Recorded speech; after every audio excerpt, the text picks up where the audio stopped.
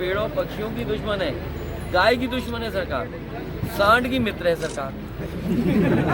सारस तो एक छोटा उदाहरण है जब सरकार की नीयत साफ नहीं है। ये इलाका वो है जहाँ सबसे ज़्यादा सारस है। और मुझे याद है समाजवादी सरकार में न केवल सारस मित्र बनाए गए थे बल्कि सारस को संरक्षण करने के लिए संस्थान और रिसर्च सेंटर बन रहा था, वो भी सरकार ने नहीं बनाया। आखिरकार सरकार विरोधी पार्टी की दुश्मन हो सकती है, चिड़ियों की, पंछियों की, पेड़ों की दुश्मन है सरकार। ये सरकार तो पेड़ों पक्षियों की दुश्मन है।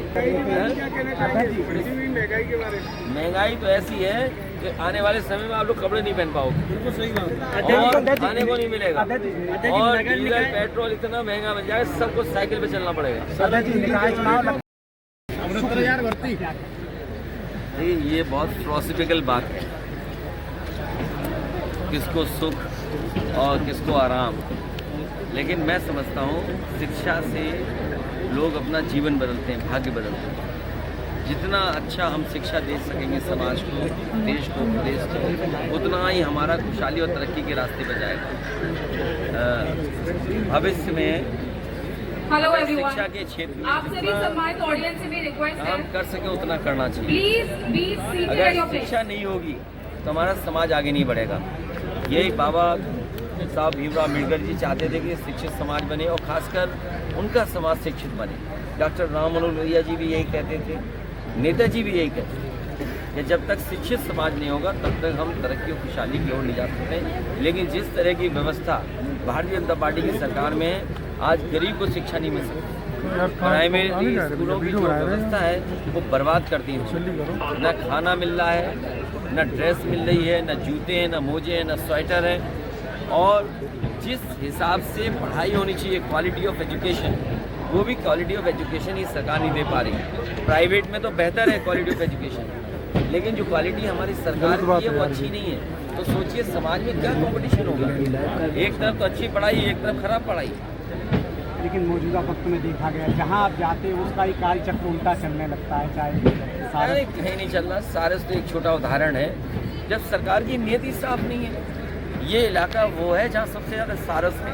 और मुझे याद है समाजवादी सरकार में न केवल सारस मित्र बनाए गए थे बल्कि सारस को संरक्षण करने के लिए संस्थान और रिसर्च सेंटर बन रहा था, वो भी सरकार ने नहीं बनाया। आखिरकार सरकार विरोधी पार्टी की दुश्मन हो सकती है, चिड़ियों की, पंछियों की, पेड़ों की दुश्मन है सरकार। ये सरकार तो पेड़ों पक्षियों की दुश्मन है, गाय की दुश्मन है सरकार, सांड की मित्र है सरकार। निकाय चुनाव की बात कर रहे थे, महंगाई तो ऐसी है कि आने वाले समय में आप लोग कपड़े नहीं पहन पाओगे, बिल्कुल सही बात, और खाने को नहीं मिलेगा, और डीजल पेट्रोल इतना महंगा मिल जाएगा, सबको साइकिल पे चलना पड़ेगा। निकाय चुनाव लगता है आपको ये निष्पक्ष कराएंगे? एक पत्रकार ने सच्चाई दिखाई थी, उस पर मुकदमा लिखा दिया। तुम भी सच्चाई मत दिखाना, सच्चाई अगर दिखा रही हो तो तुम भी जल चले जाओगे। और घोटाला अगर देखना है, आप जिला पंचायत का काम देख लो। अगर सबसे ज़्यादा घोटाला देखना है, जिला पंचायत का कोई काम देख लो। इनके विधायक ठोकर मार रहे हैं सड़क पे तो डामर गिर रहा है उधर जाकर। इनके विधायक सीढ़ियाँ चढ़ रहे हैं, ईंटें देख रहे हैं, वो बर्बाद हैं। तो जो सरकार 6 साल से रही हो, जिस सरकार ने अभी अभी अपनी छठी बनाई हो, और उसकी छठी बनाने पर बताओ किस दुर्दशा है उत्तर प्रदेश की। नगर निकाय के चुनाव में इस बार उत्तर प्रदेश कूड़ा साफ होगा, गंदगी साफ होगी।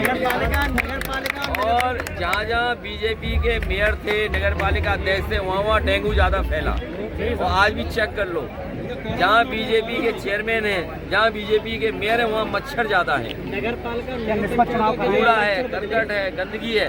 और तब है जब सबसे पहले प्रधानमंत्री ने झाड़ू उठाया हो, सफाई कर्मचारियों के पैर धोए हों, बड़े बड़े उद्योगपति, बड़े बड़े एक्टरों को स्वच्छ भारत से जोड़ करके उन्हें क्या बना दिया था, एम्बेसडर सफाई का, और स्मार्ट सिटी का सपना दिखाया। तो बताओ कितनी गंदगी है आज। कूड़ा फेंकने की जगह नहीं, सड़क बना दी समाजवादियों ने, और कूड़ा कहाँ फेंक रहा है बताइए भाई? फेंक रहा नहीं, फेंक रहा है खुले में।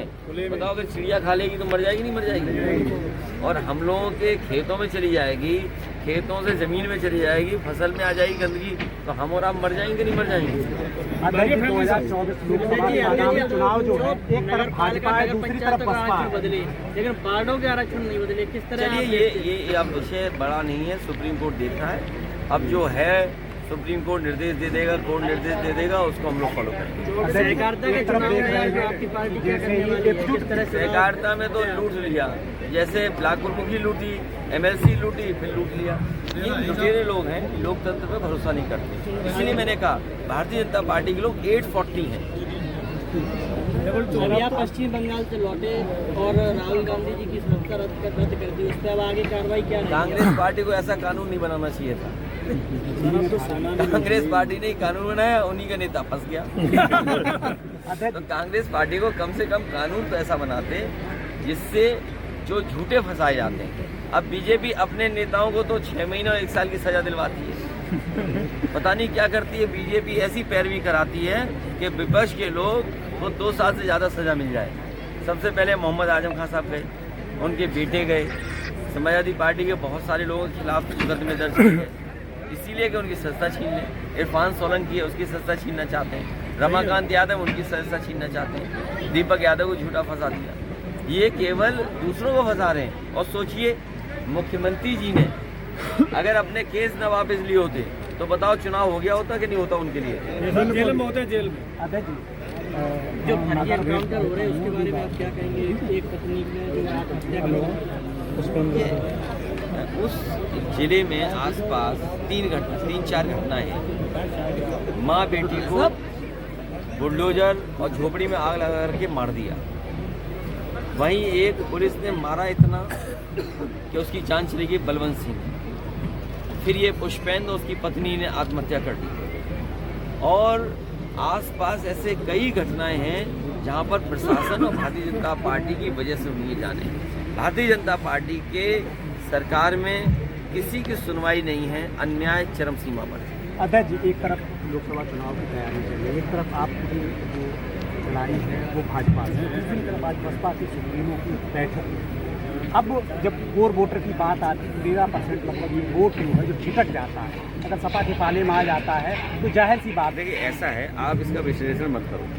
जब मैनपुरी का चुनाव था तो सब चैनल जातियां गिनते थे टीवी पे, याद करो, अखबार वाले गिनते थे ये समीकरण है, ये समीकरण। जब रिजल्ट आया तो किसी ने नहीं गिना किसी को। तो इसलिए आप ये मत गिनो। उत्तर प्रदेश की जनता देख रही है कि बाबा साहब भीमराव अम्बेडकर जी का जो सपना था, उनका जो संविधान था जिस पर लोकतंत्र मजबूत होता, उसको खतरा है। जो लोग लोकतंत्र बचाना चाहते हैं वो सब समाजवादियों के साथ खड़े हैं। जहाँ से तुम बता दो वहीं पीट देंगे। ये हमारी पार्टी के सुपर राष्ट्रीय अध्यक्ष